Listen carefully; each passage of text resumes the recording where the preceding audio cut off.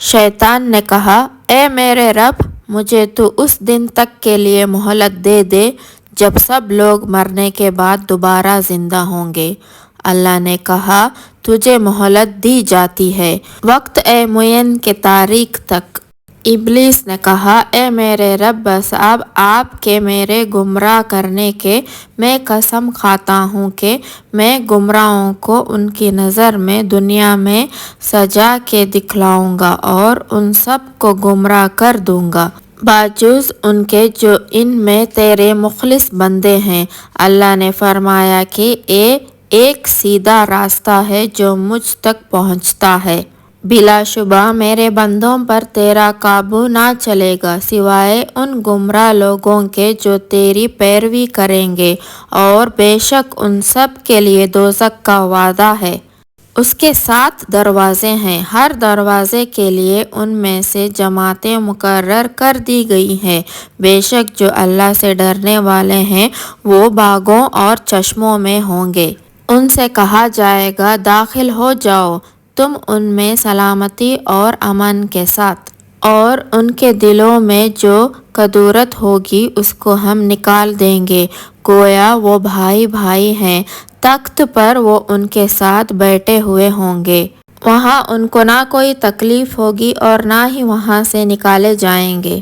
اے میرے نبی، میرے بندوں کو بتا دو کہ میں بڑا بخشنے والا اور بڑا ہی مہربان ہوں، اور یہ بتا دو کہ میرا عذاب بھی درد دینے والا عذاب ہے، اور ان کو ابراہیم کے مہمانوں کا حال بھی سنا دو۔ جب وہ ابراہیم کے پاس آئے تو انہوں نے سلام کیا۔ ابراہیم نے کہا، ہمیں تو تم سے ڈر لگتا ہے۔ انہوں نے کہا، ڈریے نہیں، آپ کو ہم ایک دانش مند لڑکے کی خوشخبری دیتے ہیں۔ وہ بولے، اب خوشخبری دیتے ہو جب میں بوڑھا ہو گیا ہوں تو کس چیز کی خوشخبری دیتے ہو؟ انہوں نے کہا، ہم آپ کو سچی خوشخبری دیتے ہیں تو آپ مایوس نہ ہوں۔ ابراہیم نے کہا، اپنے رب کی رحمت سے کون مایوس ہوتا ہے سوائے گمراہوں کے؟ ابراہیم نے کہا، فرشتوں، تم کو اور کیا کام ہے؟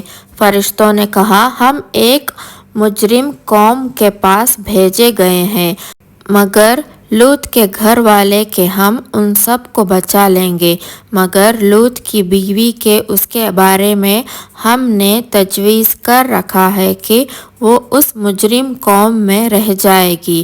پھر جب وہ فرشتے لوط کے خاندان کے پاس آئے تو لوط نے کہا، تم تو کوئی ناآشنا لوگ ہو۔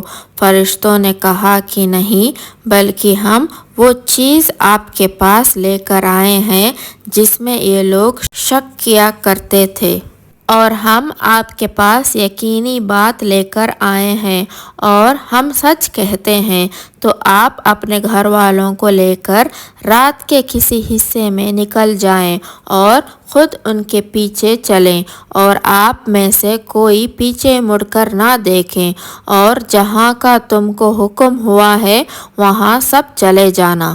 اور ہم نے لوط کی طرف یہ حکم بھیجا کہ ان لوگوں کی جڑ صبح ہوتے ہی کٹ جائے گی، اور شہر والے لوط کے پاس خوشیاں مناتے ہوئے آئے۔